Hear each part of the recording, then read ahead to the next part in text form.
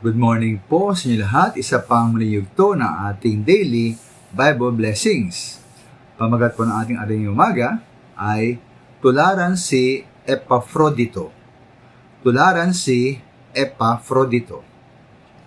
Ari po kilala mga minamahal mga dakilang at sikat na mananampalataya sa Biblia na rin dapat tularan, di po ba? Si Abraham sa kanyang mananampalataya, si Job sa kanyang pagtitiis, at si Pablo sa kanyang sipag at dedikasyon sa Ebanghelyo ng ating Panginoon Yesus. Pero sino ba itong si Epafrodito? Ayon po sa Filipos 2:25, ayon po kay Pablo, siya ay kapatid sa panampalataya, kanyang kamanggagawa at kapwa-kawal ng Diyos.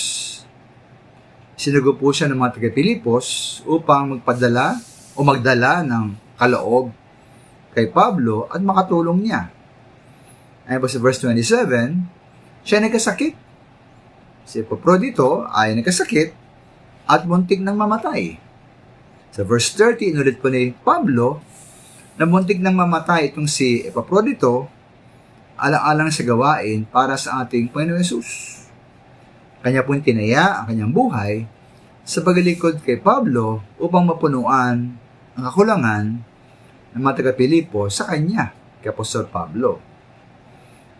Kaya ba mapasimami na mahal dito, una-una, ito pa lang si Epafrodito ay tapat na naglingkod bilang kasama mga gawa ni Apostol Pablo.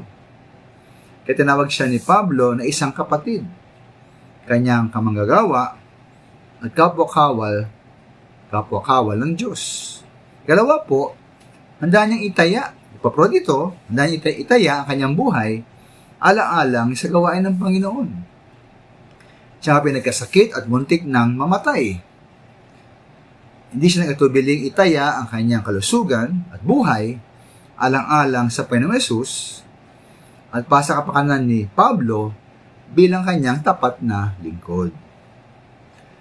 Kaya tama lang mga minamahal na ating po ingatan, alagaan ng ating kalusugan, at ay umiwas po sa mga bagay na maaari magdala sa atin ng karamdaman.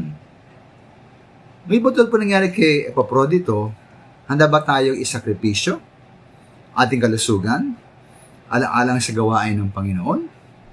Handa ba nating itaya ating kalusugan at buhay sa ating paglilingkod sa ating Panginoon Yesus?